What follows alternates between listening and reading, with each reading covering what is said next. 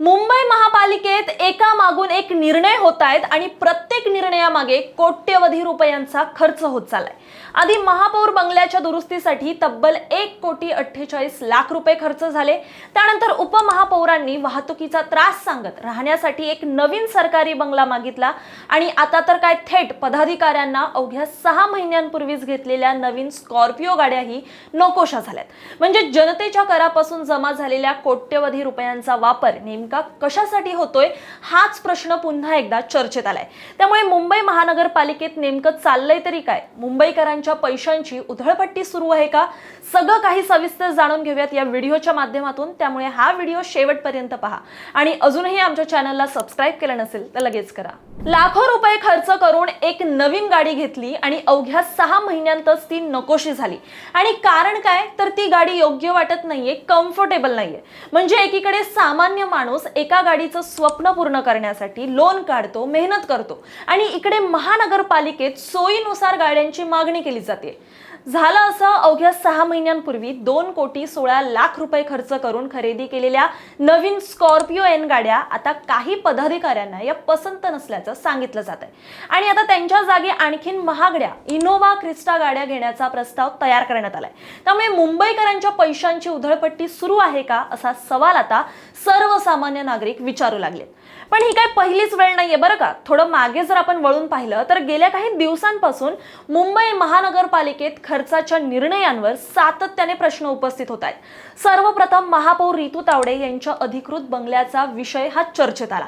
भायखळ्यातील वीरमाता जिजाबाई भोसले वनस्पती उद्यान आणि प्राणी संग्रहालय परिसरातील महापौर बंगल्याची बाह्य आणि अंतर्गत दुरुस्ती करण्याच्या सूचना या देण्यात आल्या।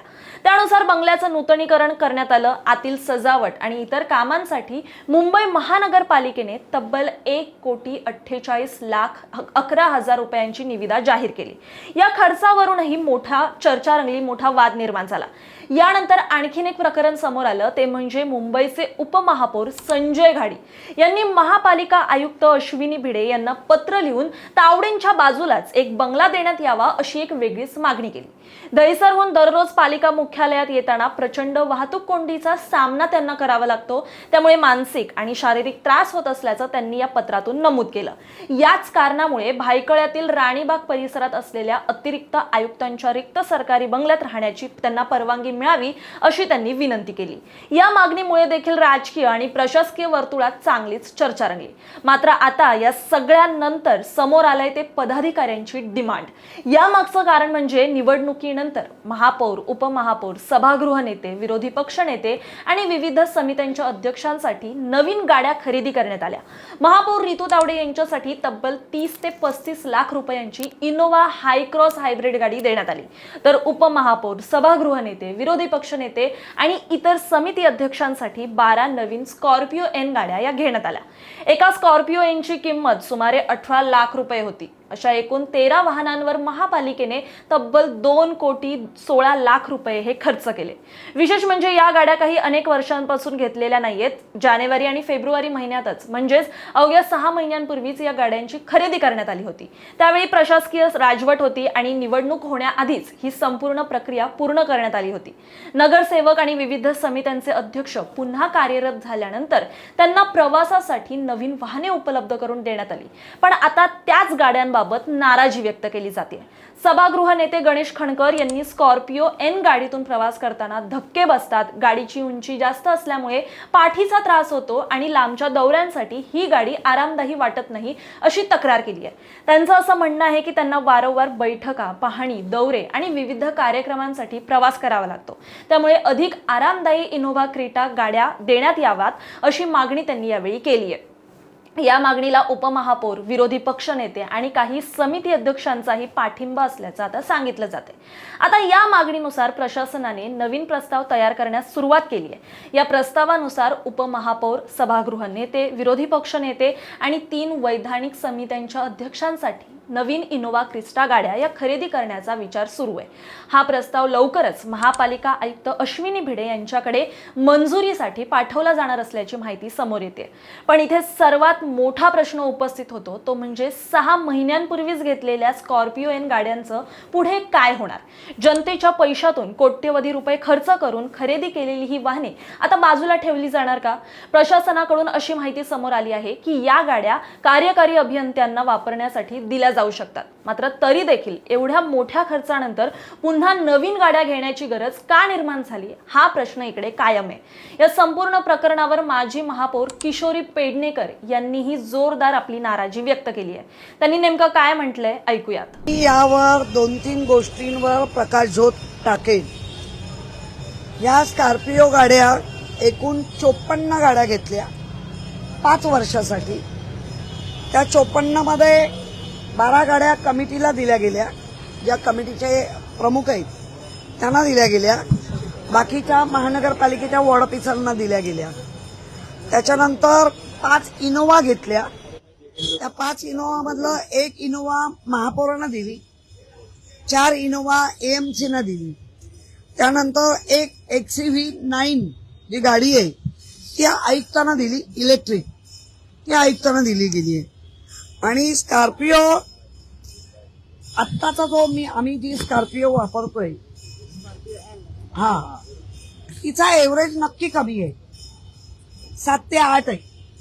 खरं एव्हरेज देणारी गाडी महानगरपालिका जेव्हा गाड्या घेते त्यावेळेला हा अभ्यास महानगरपालिकेला असलाच पाहिजे। स्कॉर्पिओ गाडी आता आम्हाला बरोबर नाही, आमची पाठ दुखते, आमचं काय ते काय आहे ते, आणि आम्ही दौऱ्यावर जातो। मुळात दौरा कुठला, मुंबईच्याच मध्ये आपल्याला फिरायचं आहे। एखाद्या वेळेला मुंबईच्या बाहेर न्यायची असेल एखाद्या वेळेला तर आयुक्तांची परवानगी लागते। कारण मी महापौर असताना 2दा नेली, पण आयुक्तांच्या एकदा आपल्या देवाला म्हणजे जो एक एवढं मोठं बहुमत मोठं पद मिळालं, भावना असते।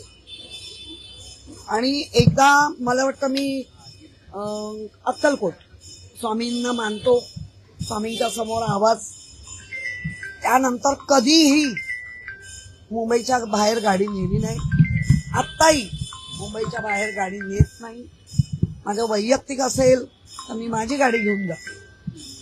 आज जर तुम्ही मुंबईत अशा पद्धतीने लुटमार मुंबई महापालिकेची करणार असाल, साधा अजून एक विषय जो महापौरांनी पाठवलाय, आयुक्त काय यांच्या हट्ट पुरवायला बसल्यात की काय?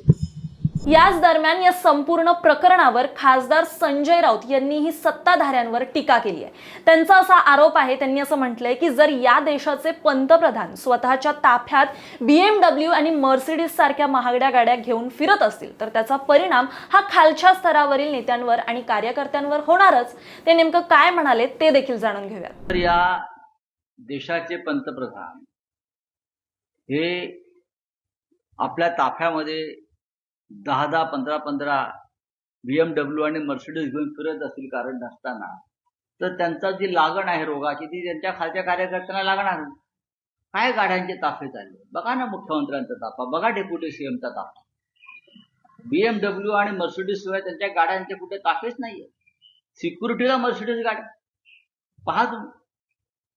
त्याच्यामुळे महानगरपालिकेत त्यांच्या नगरसेवकांना किंवा त्यांचे जे कोण पदाधिकारी आहेत त्यांनी गाड्या बदलत आल्या तर झालं काय? आता पैसा लुटीचाच पैसा आहे, पण गाड्या घेण्यासाठी तुम्ही सरकारी तिजोरीला हात घाला, त्या लक्षात घ्या। जनतेच्या तिजोरीला हात घाला।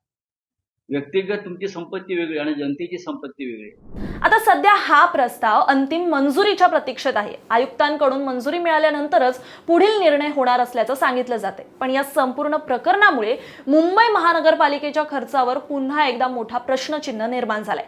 एका बाजूला सामान्य नागरिक हा महागाई, कर आणि वाढत्या खर्चाचा सामना करत आहे, तर दुसऱ्या बाजूला कोट्यवधी रुपये खर्च करून घेतलेल्या गाड्या अवघ्या काही महिन्यांतच बदलण्याची चर्चा सुरू आहे। त्यामुळे हा निर्णय खरोखरच गरजेचा आहे का? तुम्हाला काय वाटतं या सगळ्याबाबत? तुमचं मत, तुमच्या प्रतिक्रिया आम्हाला कमेंटमध्ये नक्की सांगा।